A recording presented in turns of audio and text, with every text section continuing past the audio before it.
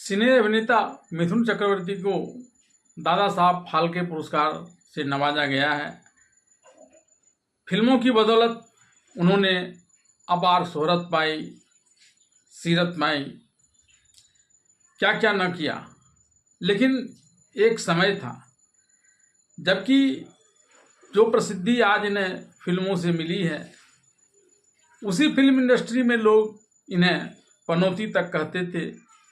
Heroine तक इनके साथ काम करने को तैयार नहीं होती थी, तो कोई इनके सांवले रंग का मजाक उड़ाता था और अपने फिल्मों में इसलिए काम नहीं देता था क्योंकि इनका रंग सांवला था। लेकिन फिर परिस्थितियां बदली।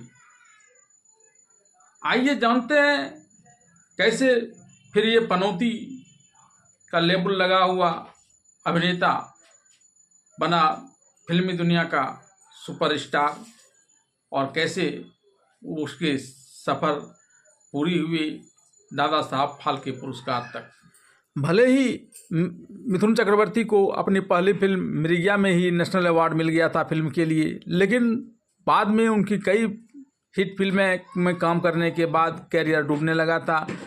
कई फिल्में उनकी फ्लॉप हो गई थी और उनके बाद उनके साथ कोई काम करना नहीं चाहता था। लोग मिथुन को पनौती भी कहने लगे थे, जिसका अर्थ होता है कि इसकी ये दुर्भाग्यशाली हो सिद्ध होगा। इसका खुलासा खुद मिथुन चक्रवर्ती ने ही एक सिंगिंग शो में किया था। मिथुन चक्रवर्ती ने बताया था कि उस वक्त कोई भी मेरे साथ काम करना नहीं चाहता था। ऐसे में सिर्फ जीनत अमान थी जिन्होंने मुझे गुड लुकिंग कहा और मेरे साथ फिल्म तकरीर में काम किया। मिथुन और जीनत अमान की यह फिल्म वर्ष 1983 में आई थी, जिसमें दोनों ने शत्रुघ्न सिन्हा के साथ भूमिका अदा की थी। इसमें मेन रोल में शत्रुघ्न सिन्हा थे। जब यह फिल्म रिलीज हुई तो दर्शकों ने इसे खूब पसंद किया और फिल्म सुपरहिट हो गई। इसके बाद से मिथुन चक्रवर्ती की तकदीर बदल गई और उनका कैरियर फिर से उड़ान भरने लगा। मिथुन इस बात के लिए हमेशा जीनत अमान का शुक्रगुजार भी रहे हैं, क्योंकि उनकी वजह से ही एक्टर पर से पनौती का यह टैग हटा था।